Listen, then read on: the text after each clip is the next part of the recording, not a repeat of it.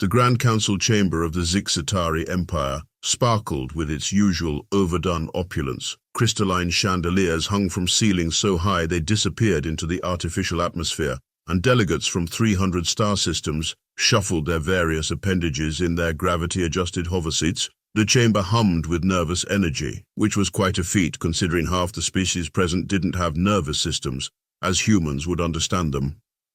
High Councillor Vexathor, with his characteristic forearm gesture of superiority, called the emergency session to order. His chromatic scales shifted from their usual diplomatic azure to a concerned purple. "Esteemed members of the Grand Council," he began, his translator converting his clicks and whistles into standard galactic common. "We face an unprecedented situation." A murmur rippled through the chamber. The Zixatari Empire hadn't faced an unprecedented situation since they'd discovered that fascinating spacefaring species that communicated entirely through interpretive dance. That particular first contact had resulted in 3 standard cycles of synchronized movement before anyone realized they were actually being threatened with ritual combat. "We have encountered," Vexathor continued, pausing for dramatic effect, "a universal constant across all sentient species, a primitive species in Sector 7G. The chamber erupted in laughter. Even the ghouly delegates, who typically expressed amusement by releasing spores of mild neurotoxins, joined in. Several council members required medical attention afterward, but everyone agreed it was worth it. "I failed to see the humor," Vexathor clicked, his scales now shifting to an irritated red. "These humans," he practically spat the word, "have destroyed one of our survey vessels." The laughter died faster than a quantum probability field in a logic bomb. The Zixatari Empire's survey vessels were top-of-the-line ships. Equipped with the finest technology 300 star systems could produce, they could outrun solar flares and had enough shielding to survive a close pass by a neutron star. The idea that a primitive species could destroy one was absurd.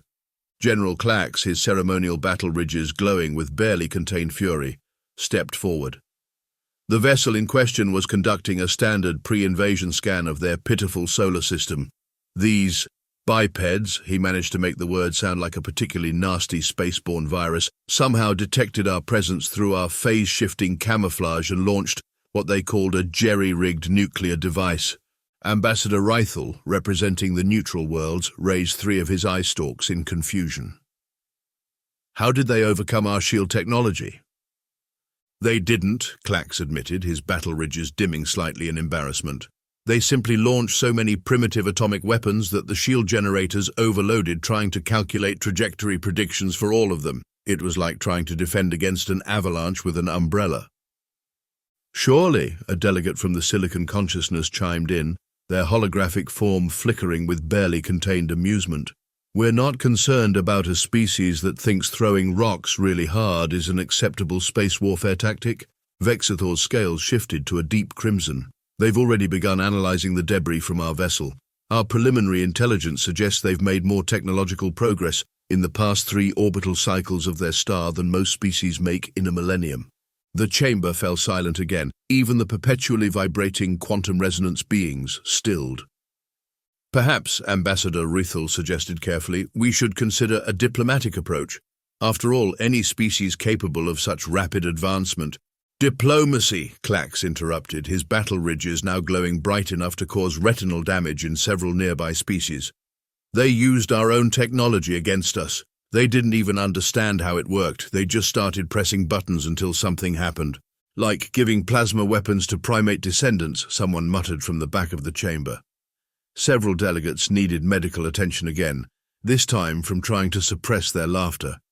Vexathor raised all 4 arms for silence. "We are the Zixatari Empire. We have dominated this galaxy for 10,000 years. We will not be made fools of by a species that still thinks digital watches are a pretty neat idea." He turned to General Clax. "Prepare the fleet. We will show these humans the proper way to wage war among the stars." As the chamber emptied, Ambassador Rythel remained in his hover seat. All 5 of his eye stalks focused on the tactical display, showing Earth's solar system. "May the cosmic forces help us all," he whispered to himself. We're about to teach warfare to a species that invented 47 different ways to throw things that explode.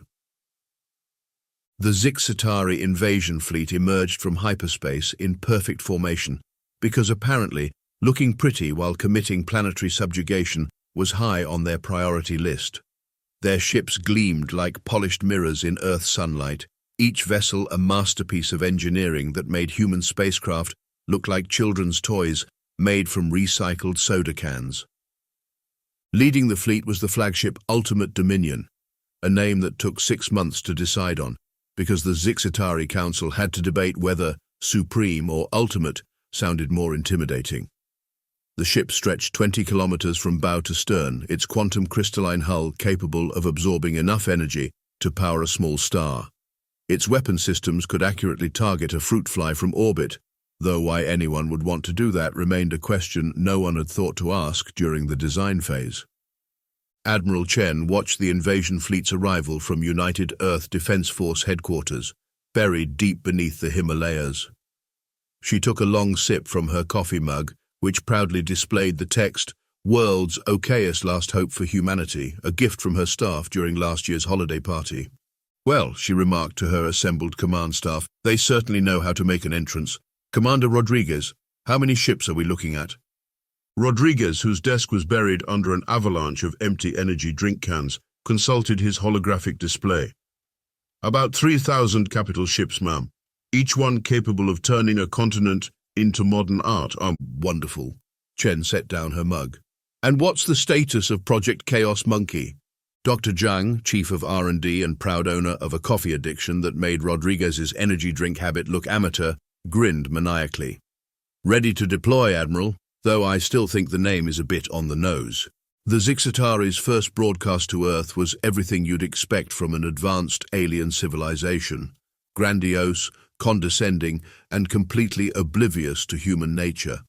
High Commander Klax's holographic form appeared over every major city, his battle ridges glowing with practiced intimidation. "Primitive beings of Earth," he began, using the standard Galactic Conquest speech template 5B, "your resistance is futile. Our technology is superior in every way. Surrender now, and we promise to be benevolent overlords who will guide your species to enlightenment. Resist and The transmission cut off abruptly as Project Chaos Monkey activated. Dr. Zhang's team had spent months studying the salvaged tech from the destroyed survey vessel, not to understand how it worked, but to figure out how to make it work badly. The result was a virus that turned every piece of Zixatari technology within range into the equivalent of a cheap karaoke machine. Across the invasion fleet, ships began broadcasting Earth's most annoying earworms. "Never Gonna Give You Up" blasted from the Ultimate Dominion's external speakers at full volume. The quantum crystalline hull amplified the sound, transforming the flagship into the galaxy's largest disco ball. Did we just rickroll an alien invasion fleet?" Rodriguez asked, staring at his monitors in disbelief. "Technically," Dr. Zhang replied, "we rickrolled their entire command and control network. The music is just a bonus feature I added because I thought it would be funny." The Zixatari response was predictably furious. They launched their first wave of attack ships, each one a marvel of engineering capable of outmaneuvering anything humanity had ever built. Unfortunately for them, humanity had long since moved past building things that could be outmaneuvered. Admiral Chen's strategy wasn't elegant, it wasn't sophisticated. It was, as she liked to say, aggressively practical. While the Zixatari expected resistance from Earth's pathetically small fleet of space vessels, they weren't prepared for the orbital cloud of space junk that suddenly became suspiciously mobile. "Launch the Kessler defense grid," Chen ordered, allowing herself a small smile. Decades of satellite debris, carefully catalogued and secretly fitted with crude but effective propulsion systems, sprang to life. The Zixatari ships found themselves trying to navigate through what amounted to an orbital demolition derby. Their sophisticated shields, designed to stop energy weapons and missiles, proved remarkably ineffective against random chunks of 1980s weather satellites moving at relative velocities high enough to make physics majors cry. Commander Rodriguez pulled up the casualty reports. "We're looking at 30% of their attack craft disabled or destroyed. Their capital ships are holding position just outside the debris field." He paused, checking another reading. and I think someone's old Volkswagen just took out their equivalent of a stealth fighter. The laws of physics, Dr. Zhang noted with professional satisfaction, are wonderfully democratic. They don't care if you're hit by a $1,000,000 plasma torpedo or a $20 satellite antenna. Kinetic energy is kinetic energy.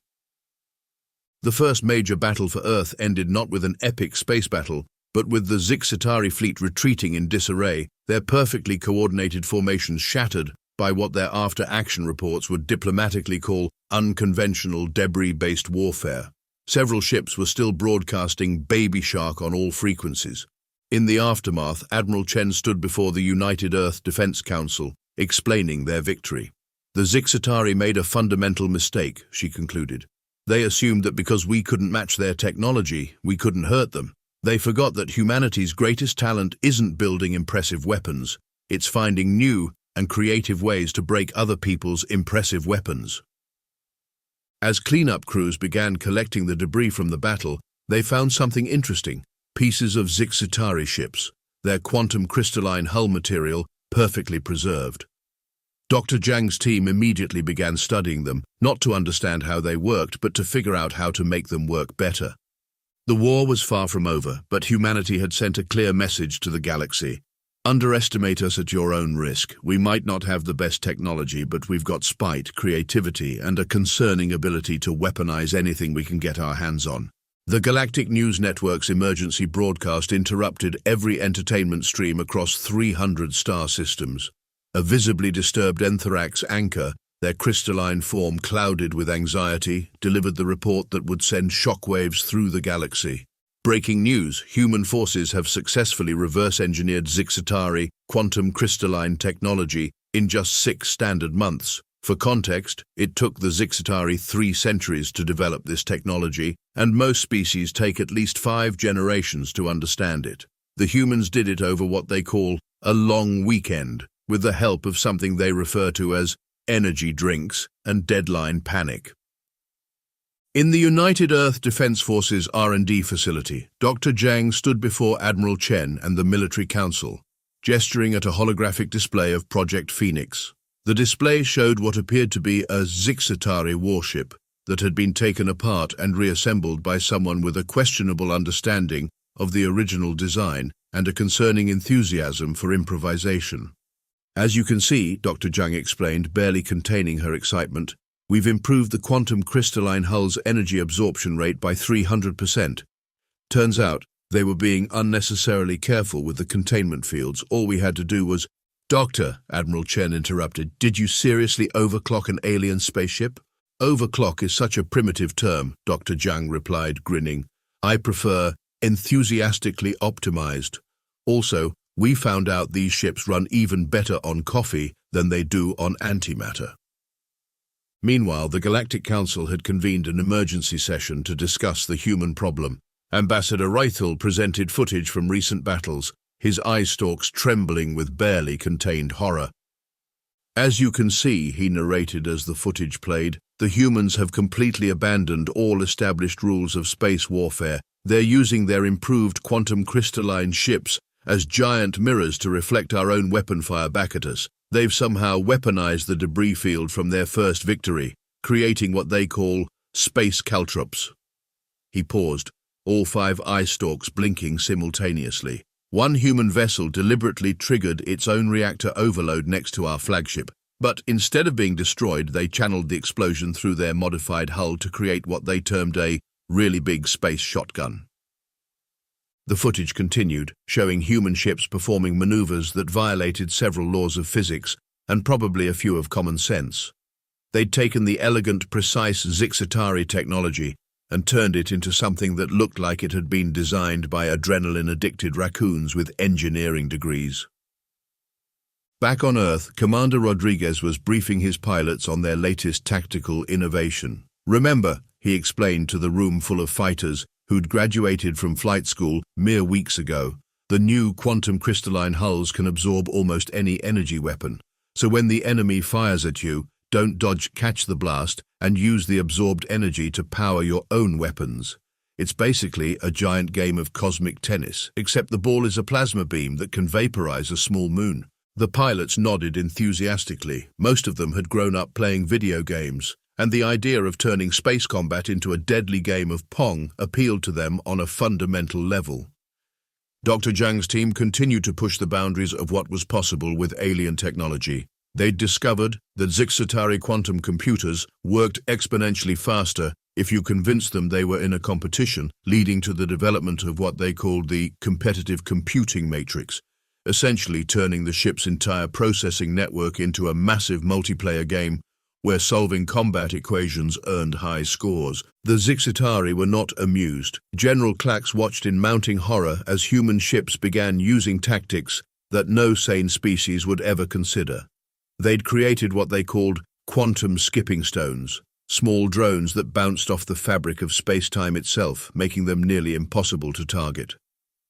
One particularly creative commander had figured out how to use the quantum crystalline hull's energy absorption properties to play what he called electromagnetic hot potato with enemy targeting systems.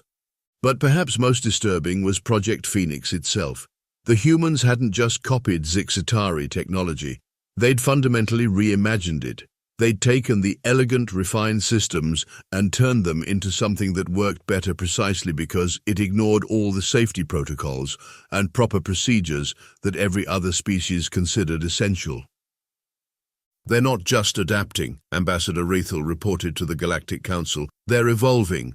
Every defeat teaches them something new, and they're learning at a rate that defies all known models of technological development. They've compressed 10,000 years of trial and error into months, because they simply don't accept that something should take that long to figure out. The Council watched in stunned silence as footage showed human ships performing what they called a quantum butterfly maneuver, using the interaction between modified quantum crystalline hulls to create localized space-time distortions that let them briefly exist in multiple locations simultaneously. The fact that this violated several fundamental laws of physics didn't seem to bother the humans at all. Admiral Chen reviewed the latest battle reports with a mixture of pride and amusement. Her forces had just won another major engagement using what her commanders had dubbed the space handbrake turn, a maneuver that involved deliberately overloading their quantum drives to create a temporary reality distortion that let them pivot their ships in ways that made Zixatari tactical computers crash, trying to calculate the impossibility of what they were seeing. The beauty of it, Dr. Zhang explained during a debriefing, is that we're not actually breaking the laws of physics, we're just bending them until they cry uncle. The Zixatari could do all of this with their technology. They just never thought to try because it didn't fit their understanding of proper space combat. As news of human innovation spread across the galaxy, other species began to watch the conflict with growing unease. The silicon consciousness, which had initially found human primitiveness amusing, now devoted significant processing power to analyzing the implications of a species that could turn quantum physics into a game of cosmic billiards. The Ghoulie, masters of biological warfare, were particularly disturbed by reports that humans had figured out how to use modified quantum crystalline hulls to create what they called probability bubbles, zones where the laws of cause and effect became more of a friendly suggestion than a rigid rule. In her private quarters, Admiral Chen reviewed the latest modifications to Project Phoenix. The quantum crystalline ships now looked less like the elegant Zixatari vessels they'd been derived from, and more like something out of a fever dream had by an engineer who'd watched too many science fiction movies. But they worked, and they worked better than anyone had thought possible. The thing about humans, she mused to her staff, is that we've never met a rule we couldn't turn into a loophole. The Zixatari gave us the keys to the universe, expecting us to follow their driver's manual. Instead, we hotwired the galaxy itself. Alpha Centauri blazed against the backdrop of space, its light reflecting off the assembled fleets like a cosmic lighthouse illuminating humanity's last stand, or at least what the Zixatari thought was humanity's last stand. The entire Zixatari armada had gathered, 10,000 ships strong, their quantum crystalline hulls forming a constellation of artificial stars around humanity's first extrasolar colony. Admiral Chen stood on the bridge of the USS Prometheus, watching the enemy fleet through windows that weren't really windows, but rather quantum-linked displays showing probability-enhanced versions of reality. Dr. Zhang insisted they provided better resolution than actual transparent materials, though she'd never quite explained why they occasionally showed events 5 minutes before they happened. "Status of Project Pandora?" Chen asked, her voice steady despite the weight of the moment.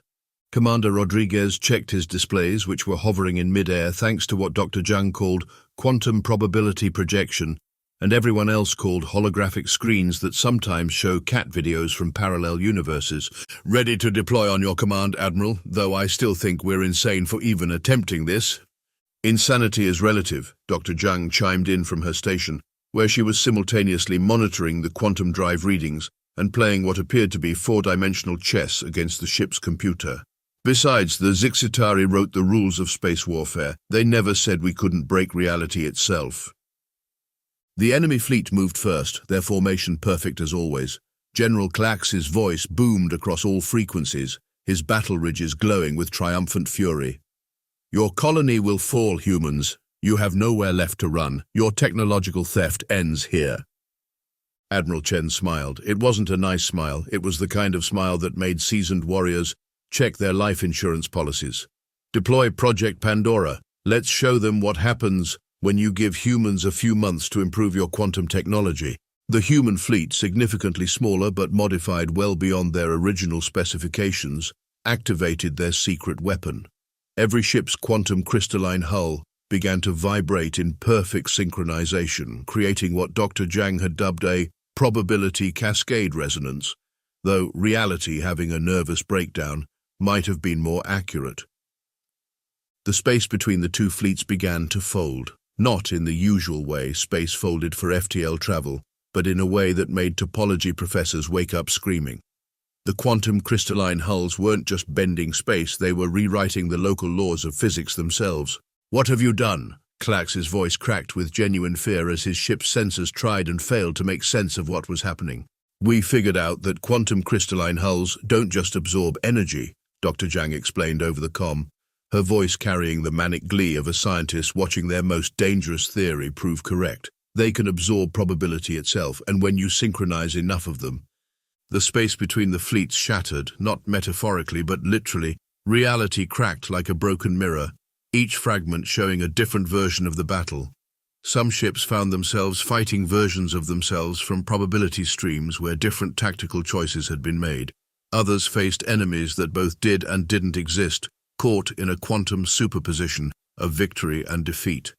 The losses were catastrophic on both sides. Human ships vanished into probability vortexes, while Zixatari vessels were torn apart by weapons that struck them from angles that shouldn't have existed.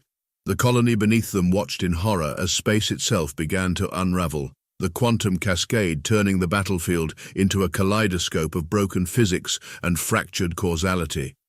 But in the chaos, humanity had the advantage. They'd trained for this impossibility. Their crews prepared for the mind-bending reality of fighting in spaces where cause and effect had become optional. The Zixatari, for all their technological superiority, had never imagined anyone would be crazy enough to weaponize quantum uncertainty on a stellar scale. As the battle reached its peak, Admiral Chen gave the order that would change the course of the war. "Initiate quantum lock. Let's make this piece of broken reality permanent." The human fleet's modified quantum crystalline hulls pulsed in unison one final time, transforming the shattered space around Alpha Centauri into something new, a region where the normal rules of space combat simply didn't apply anymore, a cosmic monument to humanity's willingness to break everything, including reality itself, to win a war. The Zixatari fleet retreated, leaving behind a graveyard of ships trapped in quantum flux and a very clear message. Humanity hadn't just learned to use their technology, they'd learned to break the universe with it. The Galactic Council's emergency session was interrupted by a transmission from Earth. The assembled representatives watched in growing horror as Admiral Chen's hologram appeared in the center of their chamber, her expression carrying the calm certainty of someone who had already won but was polite enough to let everyone else figure that out for themselves. "Representatives of the galaxy," she began, "we've spent months letting you think we were just barely keeping up with Zixatari technology, that we were scrambling to adapt and survive. That was, to use a human phrase, a tactical misdirection." Dr. Zhang's face appeared next to Chen's, wearing the kind of grin that made safety inspectors request early retirement. We actually figured out quantum crystalline technology 2 weeks after we got our hands on it. Everything since then has been research and development. The council chamber erupted in chaos as thousands of quantum sensors across the galaxy suddenly detected what humanity had kept hidden. Beneath the surface of Mars, Jupiter's moons, and in deep space locations that shouldn't have existed according to conventional maps, massive human fleets flickered into view as their quantum crystalline stealth fields deactivated. Ambassador Rethal's eye stalks went rigid with shock. By the cosmic forces, how many ships have you built? Oh, those, Chen's hologram gestured dismissively. Those are just the ones we want you to see. Dr. Zhang, why don't you show them what Project Phoenix really was? The space around Earth rippled like a pond disturbed by a stone. The quantum crystalline hull of the planet itself deactivated its camouflage. Humanity hadn't just built ships, they'd turned their entire solar system into a quantum crystalline fortress. On the Zixatari capital world of Nyxtheria, General Klax watched in mounting dread as human ships appeared in his system, their drives leaving trails of broken physics in their wake. But these weren't the jury-rigged vessels they'd been fighting. These ships moved with precise, practiced coordination. Their technology not just matched but exceeded anything the Zixatari had ever built. Did you really think, Chen's voice echoed across all frequencies, that a species that went from primitive flight to landing on their moon in 66 years would take months to understand your technology? We spent all that time not learning how your tech worked, but figuring out how it could work better. The human fleet's attack on Nyxtheria wasn't just a military operation, it was a demonstration. Ships phased through solid matter, existed in multiple locations simultaneously, and wielded weapons that treated the laws of physics more like polite suggestions. They didn't just break the rules of space combat, they rewrote them with casual disregard for what the rest of the galaxy considered possible.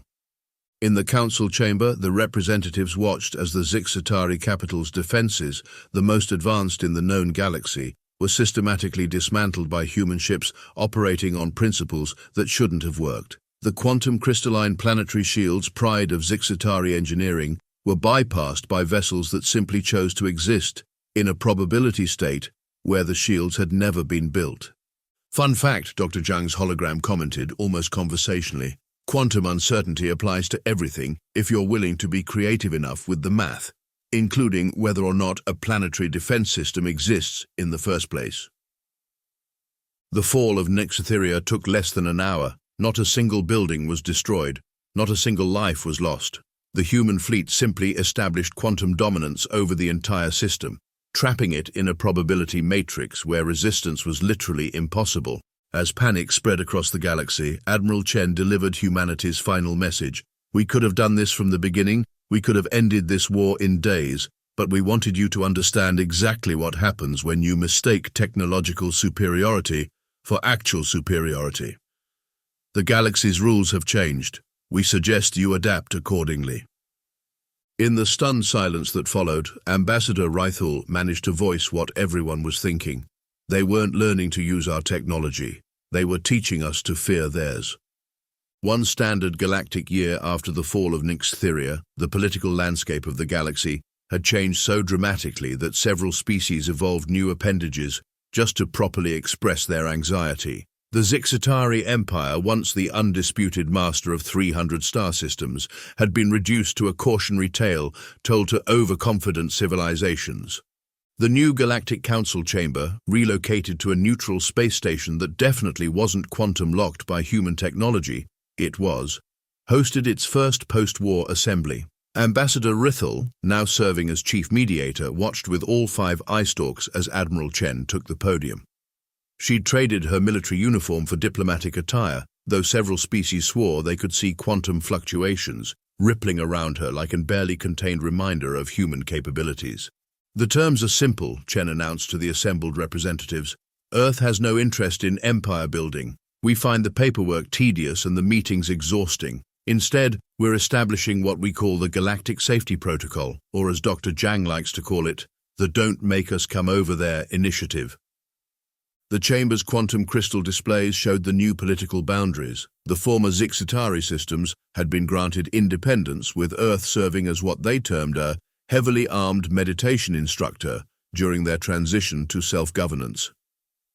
Additionally, Chen continued, her smile carrying just a hint of predator, we're establishing the Interstellar Technology Exchange Program. Dr. Zhang. Dr. Zhang materialized on the podium, literally materialized, because apparently using the door was too conventional. Her lab coat somehow managed to rustle dramatically in the station's perfectly still air. We've decided to share some of our technological developments, she announced, her grin making several silicon-based lifeforms consider reformatting themselves. Nothing too advanced, just enough to ensure everyone understands exactly how far behind they are. Consider it a friendly reminder that the species you thought was reverse engineering your technology was actually using it as a starting point for theories that make quantum physics cry itself to sleep. The silicon consciousness, which had once dismissed humans as primitive, now dedicated 70% of its processing power to analyzing human behavior patterns. They discovered that this only made them more confused, leading to the first documented case of artificial intelligence developing a stress-based computing disorder.